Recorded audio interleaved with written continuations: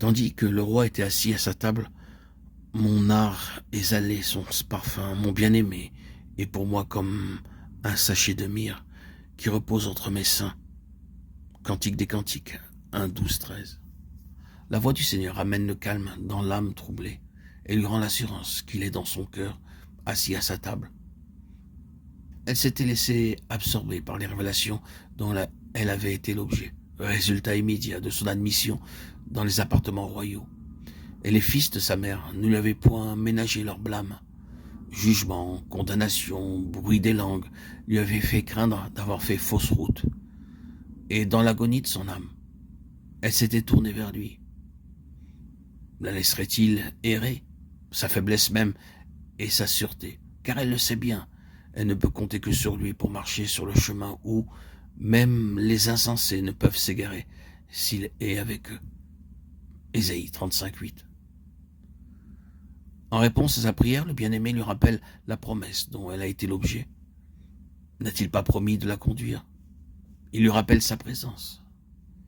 Et elle se réfugie en sa fidélité, loin du tumulte extérieur. Elle connaît alors des moments de communion avec le Seigneur. S'il donne le repos, qui pourrait le troubler? Job 34, 29.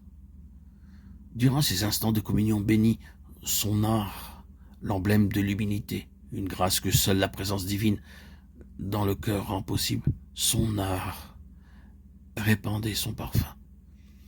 Si quelqu'un m'ouvre la porte, j'entrerai chez lui, je souperai avec lui, et lui avec moi, Apocalypse 3, 20. Là, à sa table, le bien-aimé lui ouvre son cœur, comme il le fit pour les disciples qui le suivaient à la veille de la crucifixion, Jean 16, 4. Je ne vous ai pas dit ces choses au commencement, que d'enseignements à lui donner encore.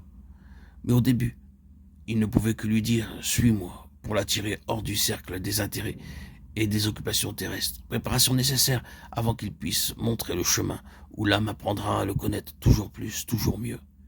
Maintenant, il lui dévoile que le chemin est un chemin de souffrance, de sacrifice. Jusque-là, elle avait eu des visions de Christ et de sa gloire. Et il lui avait dit « Attire-moi et nous courrons après toi ». Maintenant, il lui montre la croix. Veut-elle le suivre jusque-là?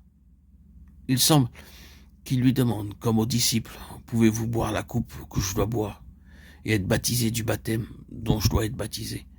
Marc 10, 38. Que va-t-elle répondre? En vérité, répondre à l'appel du Seigneur, avoir la céleste vision du Seigneur glorifié, renoncer aux dons pour avoir l'auteur des dons, tout cela est bien quelque chose. Mais se tourner délibérément vers Jérusalem après avoir vu partiellement ce que suivre Christ implique, c'est tout autre chose. Il faut cependant choisir, et choisir si résolument, si définitivement, que la question ne se pose plus jamais à nouveau, en quelque situation qu'on puisse se trouver par la suite. Il faut comme brûler les ponts derrière soi, afin que la seule idée de retraite ne puisse même pas aborder l'esprit. L'amour du bien-aimé, c'est la coupe d'amertume qu'il faut boire. Mon bien-aimé est pour moi un sachet de myrrhe.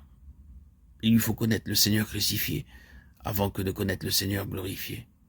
Et elle prouve sa vocation céleste et qu'elle a l'esprit de l'épouse, en ne demandant pas un autre lot que celui qui échoue au Seigneur.